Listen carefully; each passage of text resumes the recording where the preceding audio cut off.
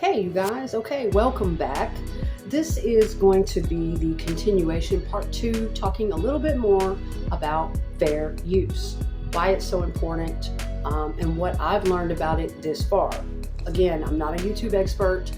I'm still learning and growing as a small channel, still doing research, but I like to share as I go what I've learned and understood.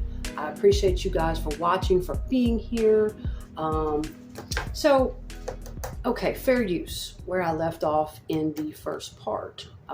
What I didn't really get to, and I don't know, things just become fascinating to me when that's one thing I'm grateful for, is that I do like to learn, because a lot of this stuff takes devotion, okay? I wish we could just, do it easily and put things up and never get in trouble, never have a risk of, running into a problem, but it's out there. And, yes, we do have to take the time and devote ourselves to some study, to some research.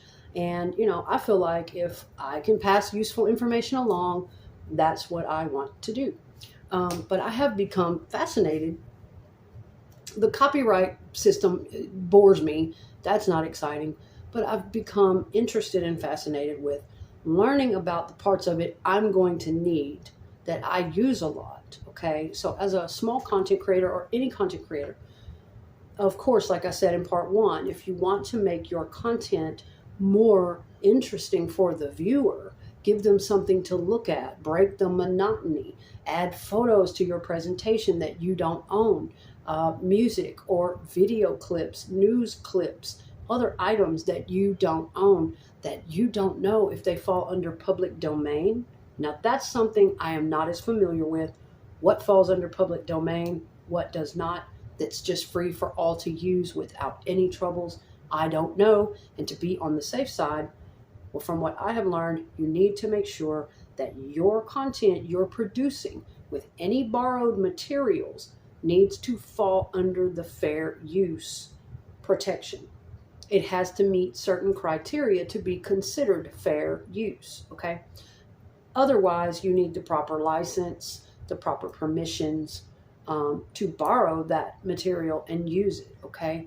So that's why it has become something that I'm really focused on, to understand fair use better and what all I can do with it, So when I got notified, it was back in June that I got notified that I hit the 1,000 subscriber mark, and it's taken me a lot longer than I had hoped, because I really didn't get to, focus on my channel as much as I wanted to, but I got notified of that. And then, as I said in part 1, if you want to know the process, you'll get notified that you have met the requirements: 4,000 watch hours, 1,000 subscribers.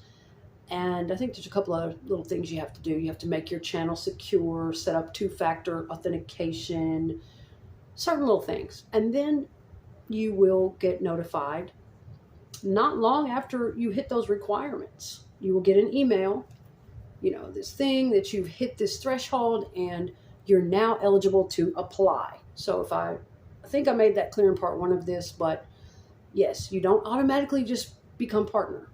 You hit the requirements, and then you get notified, and then you apply. So you go through the little deal, and they will tell you it could take up to 1 month for us to notify you to whether you're approved for YouTube partner or not. Now, what does YouTube partner mean? There's a lot of misconceptions about that from people who are not content creators, who are sitting out there either viewing content or commenting on things. And a lot of them just really don't know, because they don't create content. So they don't do any research on it. They don't go through the trial and error that we do. So they don't know these things. And there's a lot of misconceptions about, these people that create these YouTube videos and they want to become partner and they want to have an AdSense account and they want to put these ads on their stuff. Part of that is true, but that's only a very small part of actually what it means to earn the privilege and the right to become YouTube partner. I think it's a good thing to get excited about things in life. We work hard. You never know how hard what they had to go through just to get there. You know what I'm saying? So I think it's very important for even small creators to pat yourself on the back, be proud of how far you've come, where you have gotten this far, and don't give up on that, because I know how difficult it can be. But there's a lot of misconceptions. I'll do another video. I got to get back to fair use in this one, but I'll do another video if you guys would be interested in that. Getting a little bit more into, as a person who just went through this process, small creator, and what I had to go through when the modules opened up, what it means to be a partner, and what I've learned this far as being a brand new, just in the last couple weeks, experimenting with the modules. It's not just one thing when you become a partner. Oh, great, now I get ads put on there. They just slap them on there for me. End of story. They either tell me my video's bad, it's got, profanity, it's got this against the policy, it's got copyright, it's got that. I can't be monetized, or I can. No, it's not that automatic, and it's not that simple. You actually have more control over which videos are going to be advertised on or not, monetized or not. You have all these modules that you can go into and open them up. And so it gives creators several different ways to earn income. All right, so I'll get into that maybe in another video as I continue to explore and go through my new process of, I've opened up all those modules, but I'm currently in the process of really looking over my channel now that it has been monetized. And, that's why I need to make a separate video, because there's some old content that has a lot of views on it that I know people have questions about this, because I had the same question. People are asking all of this type of stuff. All your old videos, once you become monetized, what happens then? They had all those views on them, but it might be a copyright thing, or it might be, any number of things. You might have said a certain profane word in the first 30 seconds, or, yada, yada, yada. You have to know all that fine print, because, a lot of people ask that question. Well, do I need to delete all those old videos? Am I automatically going to be, demonetized? No. Okay. You don't have to delete all your old work, but some of it you may not want to turn on monetization. It will ask you, do you want to automatically monetize every video you've ever done? Or do you want to manually pick and choose which videos you monetize?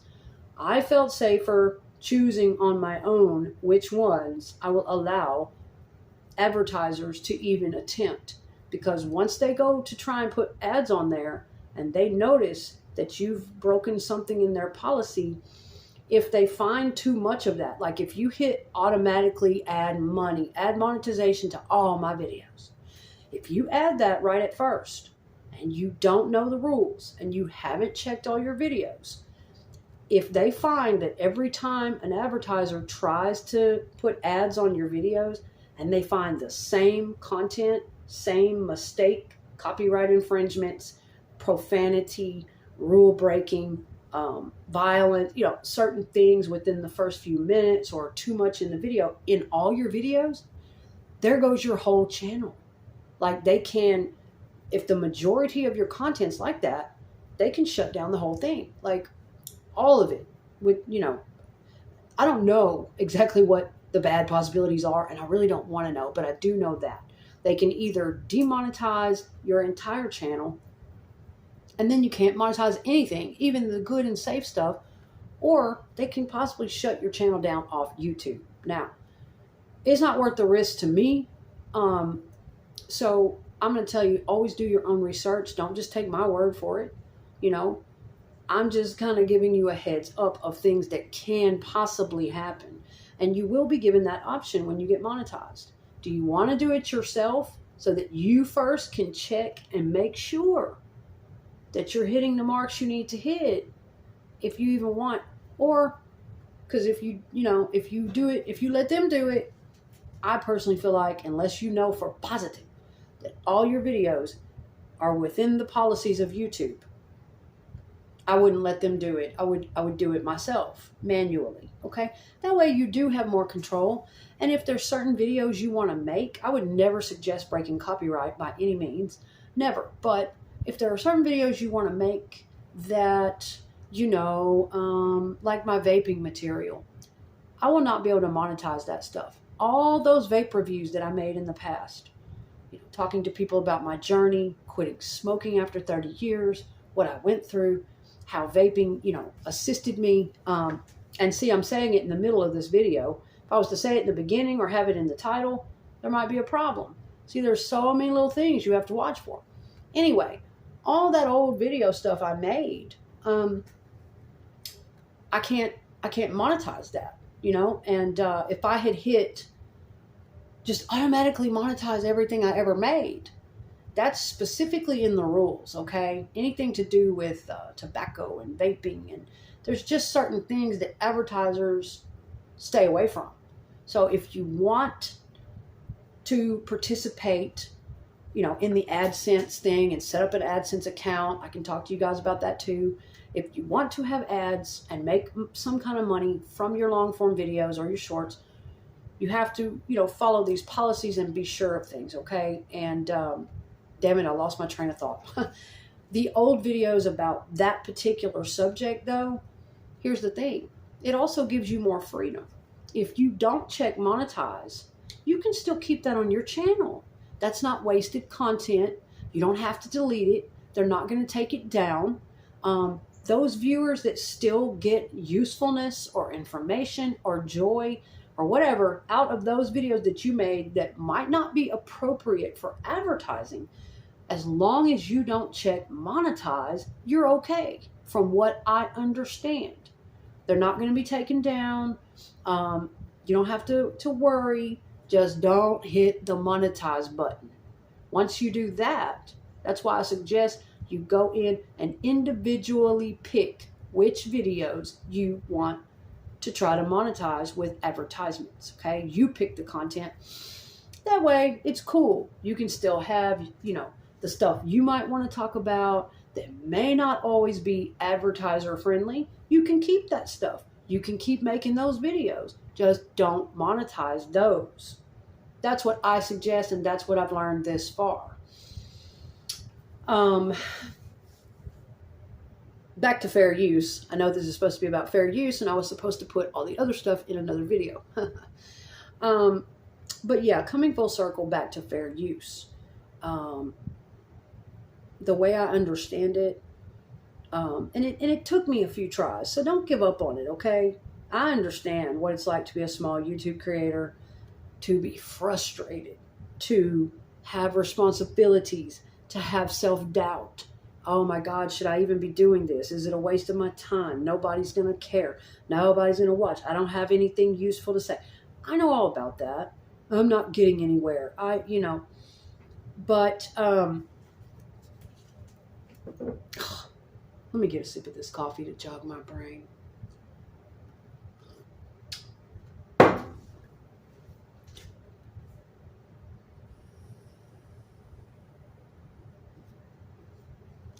Just give me a second, you guys. Brain fart. It happens. It happens to the best of us. Fair use.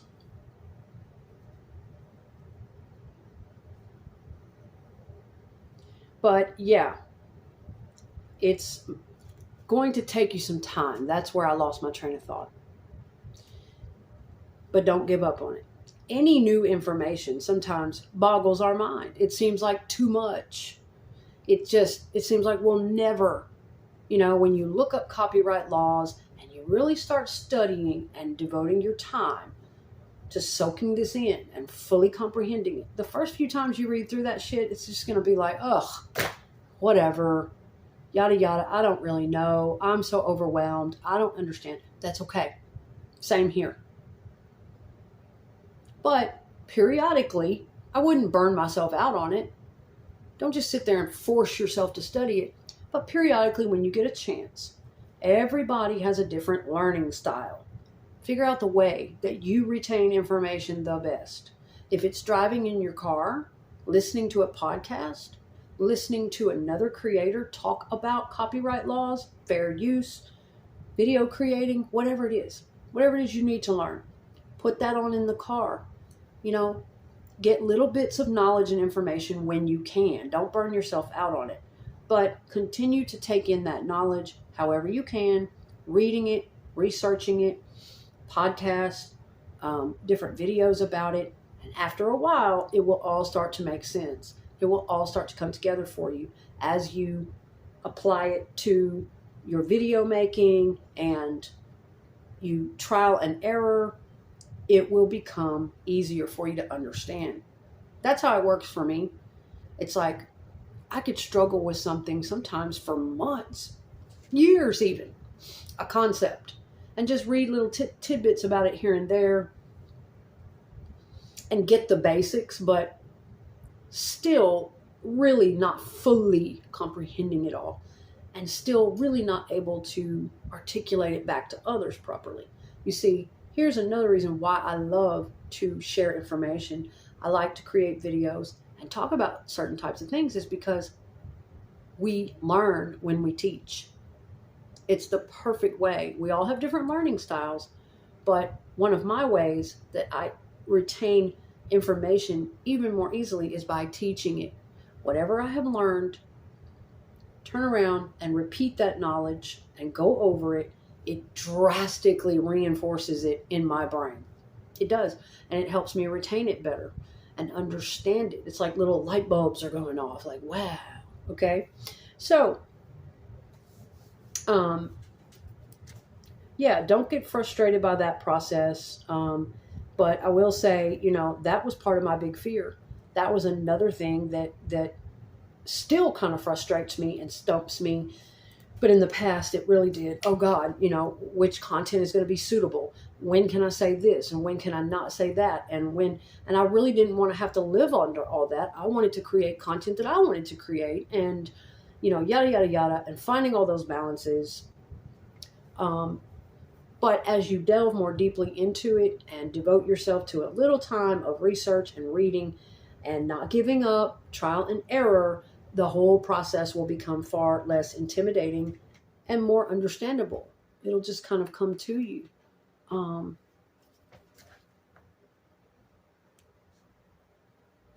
But yeah, that's what I've decided to do is just individually monetize certain videos.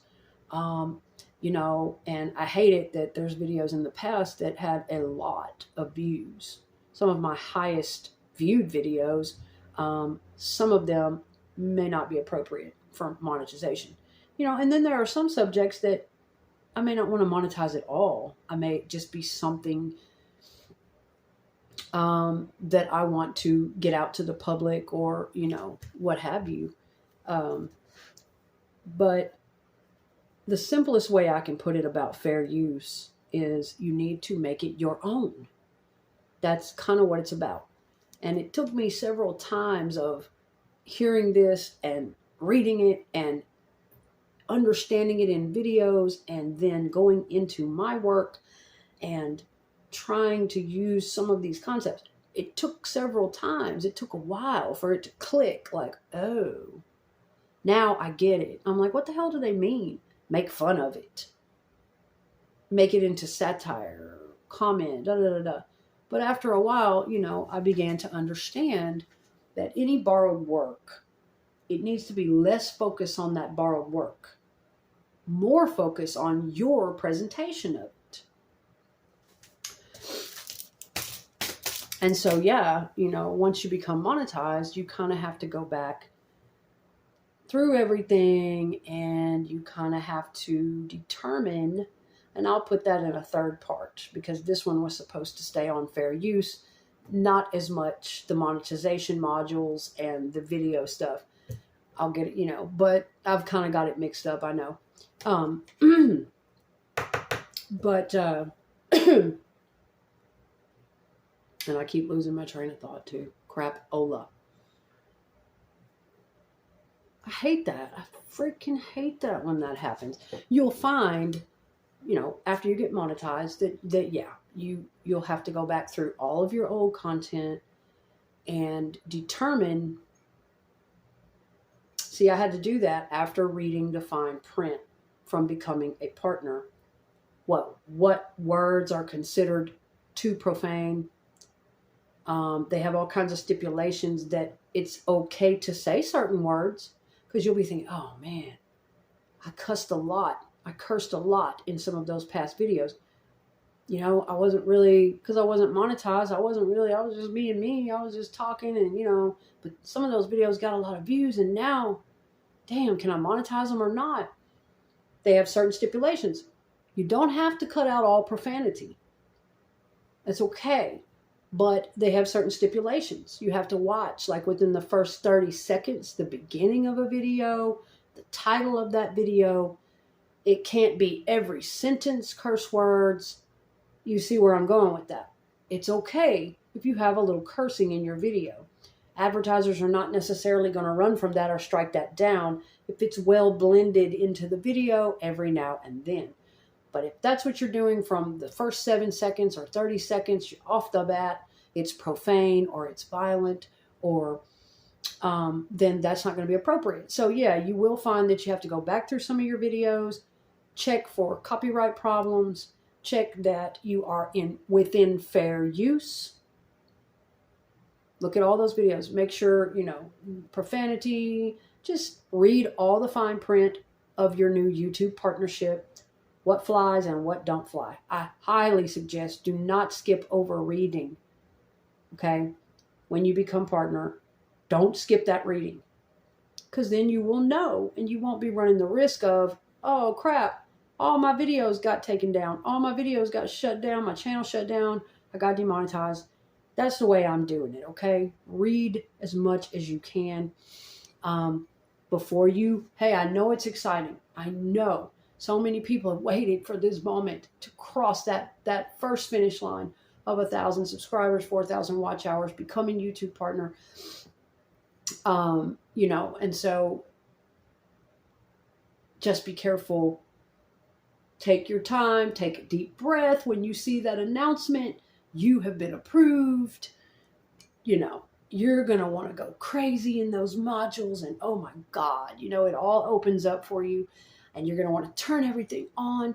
And that's great. If you know for sure what content you've been producing over time and that it all checks out and that you're not at any risk, then go ahead. That's perfect, But I would suggest, if you know that you have a mixed variety of content, I would suggest take it slow, turn on monetization as you go back through some of your older stuff and see what you want to do.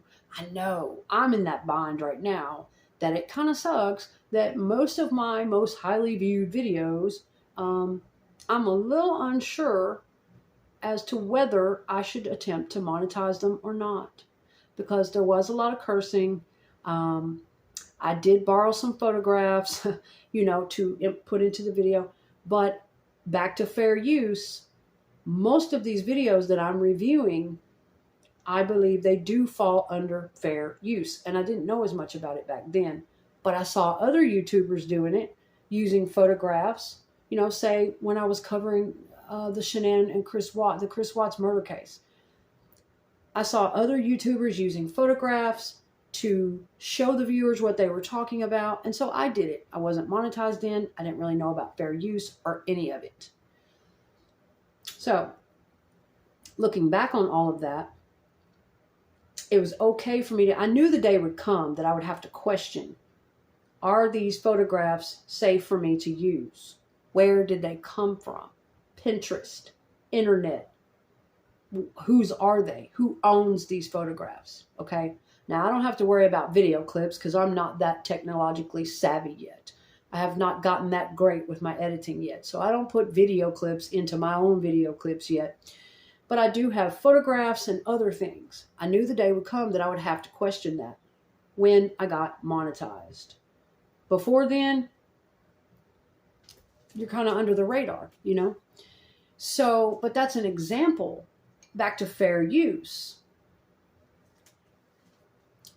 Making sure that while you're talking and making your points, and you want to show the viewers, make the video more interesting, you want to show photographs of the case or the people, that's fine. A few seconds of a picture comes in. You don't own that picture. You put a nice little transition in there, maybe a few text words to explain something, and the picture moves on. I did that quite a bit throughout my video. And see, I get tripped up there. Like some of my videos may include up to 10 or 15 different photographs, but the entire time I added editing, I added filters, I added screen transitions to them, and I am making a commentary. I am giving a presentation, my view of the case and other commentary on those people and photographs. So in the videos where it's only a few second photograph, I'm hoping that the things that I did made it fair use, you see? And that's what I'm still learning about. And as I sit here and share this information with you guys, it brought a new realization to my brain. It gave me something else I need to check on. So what I'm saying is it's perfectly fine. It falls under fair use. If you borrow a few seconds, a photograph, a clip, what have you, but the video is more about your presentation. The clip is very short. You've added value to it. You have transformed the original work. Fair use does say that. It needs to be transformative. It means you've taken the original piece of work and you've transformed it into your work without stealing, plagiarizing, just blatantly trying to take it, make it yours, make it seem like it's yours. You've created a whole new work by borrowing a little bit of that work, you've transformed it into a brand new work. That makes sense? A brand new piece. It's your presentation plus a clip of so-and-so. Not, hey, here's a clip of so-and-so. That's pretty much the gist of fair use. So, lots to learn, you guys. But, it does get easier as we go. And I get frustrated when I don't have the time to put in to these studies. And really, I've been wanting to really buckle down on this channel and this work and these studies for a couple years now. And I've only been able to do it sporadically and hit and miss. And I want that to stop. And that's where I've been so frustrated in the past, because I love to learn. I love to teach. I love to share. And I am also really grateful for the other small creators who, even if they may feel a little self-conscious, like, oh, who's this going to help? There's other big time creators that have great videos. They're the professional editing and they say everything so well. They understand everything so well.